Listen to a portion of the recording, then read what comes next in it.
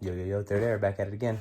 All right, so I got the wrap, version 2, 6.5 components, and just wanted to give you guys a little close-up on them before I throw them in the car and do some listening experiences and review on it. Check out all the new features on it. But already, first impressions, hands down, great build quality, definitely an upgrade from the previous version. So let's look into them a little bit. So as you know, with Savard, you get nice little test confirmation, cosmetics, mechanical, moving parts, adhesives, power test, that kind of stuff, along with some data sheets and yeah, just kind of I'll let you know that they touched it with their hands, they checked it, they looked at it. So first things first, new grills for this version.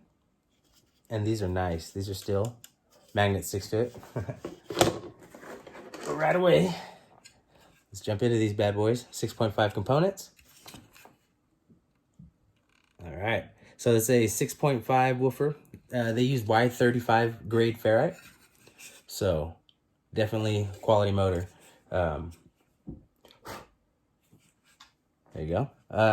The cone material is actually a different material than they used in their previous version. This is like a parabolic Kevlar reinforced cone.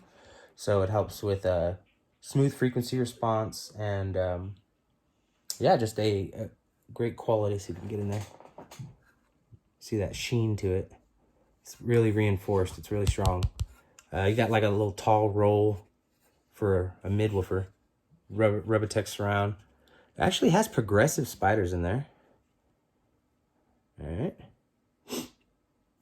And it's an aluminum frame, so it helps with the cooling. And let's see. What else did I want to talk about? Crossovers. So the crossover design in this has a new technology, and it helps you with power handling. Whenever it senses that there's too much power going on, it automatically shuts off the tweeter, and whenever it's in its recommended range again, it will shut on. I mean, it'll turn back on. So it's kind of a good fail-safe to not blow your tweeter. The crossover network itself has a 12 dB at 4400 hertz for the high pass. It's a 12 dB per octave. And on the low side for the crossover, it's kind of a higher frequency. It's 1300, but it's at a 6 dB per octave low pass. So definitely, you can tell I've already touched it and stuff, but quality. I like this. It's like a polypropylene, so, and it has little vents there to cool.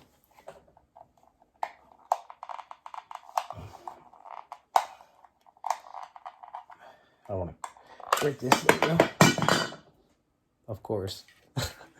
All right. So there's a little protection circuit right there.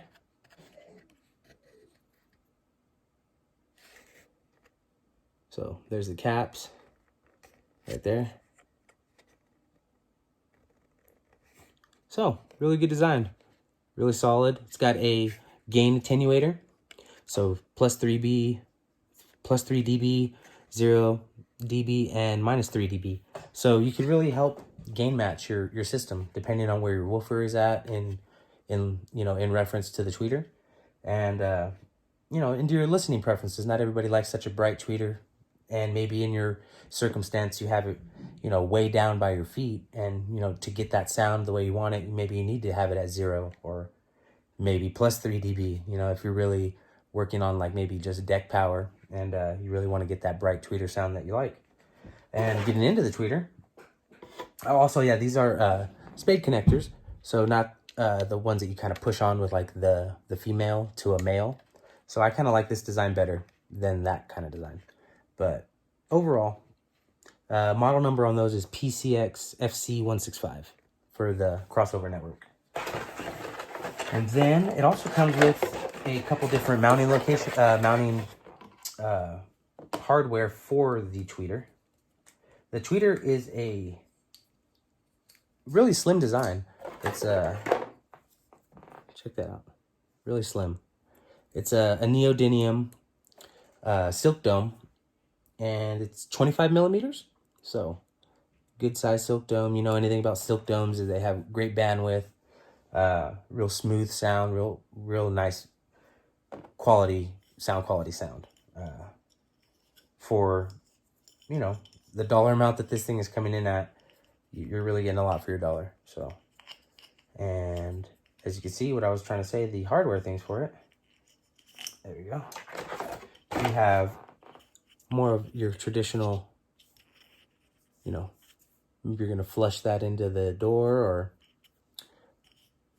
there's that kind of mounting. And it also comes with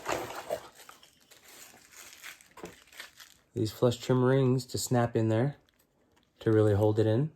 These are metal also. Plenty of hardware as far as screws, or it also comes with, I thought this was pretty cool, the double-sided sticky tape, but it's got a double-sided sticky tape. It's got like the little hole cut out in there. So you could put a screw in for the other mounting option. And then it also comes with more of a deep style, more of an angled.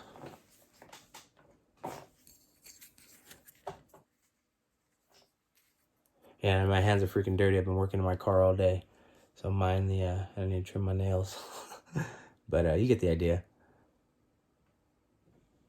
It's got like a concave back here, slotted. Still has the opening to let your speaker wire get through. But very cool. Cool little pods.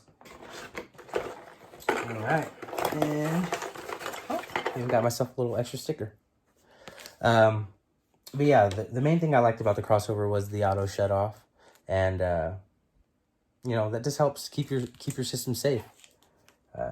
So I'm going to put these in the car tomorrow and mount them. And I'm actually just going to put them in the stock locations instead of in the I'll put the stock panels back on and put them in the doors after that, because I have my the Pro series stuff mounted differently in my door. So yeah, for what else can I talk about? Power handling and specs and stuff, right?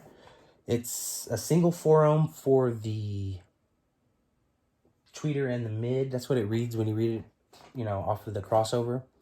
You know, with the caps in there. I imagine it's a 8-ohm regular old tweeter. But when you wire it, you know, your amplifier is going to see a 4-ohm load the way that the crossover network kind of tricks it. But yeah, so it's 4-ohm per channel. Anywhere between 5 and 60 watts RMS is the safe optimum range that you could run them at. So you can run them on deck power, and you know, you have a 50x4 amplifier, it'll take that. As you start to give it higher power, I think the way that he wants to rate it is 60 is kind of that middle green of where that's like the safe. Then, you know, 120 watts, you have to start increasing and adding a higher crossover point. So I want to say it's like 250 hertz at a 12 dB per octave if you're running it at that 120. And for the most part, these specs, I'm telling you, I think they should stay the same, but you know, the way he wants to finally rate them, it might be just a little different, so don't quote me on it. But also, then I saw, I think the 200 mark is where it says it, now that voids the warranty, but he recommends, I think, a 250 hertz, 12 dB per octave, additional crossover that you need to add. And frequency response, I think he put it 45 hertz to 20K. I mean, that doesn't mean put 200 watts on it and run, you know, a 40 hertz 24 per dB per octave crossover on it. That's not what it means, but it you know, it'll fill in for a normal stock stereo that somebody has. They want to integrate some new speakers in there. Very affordable, very affordable.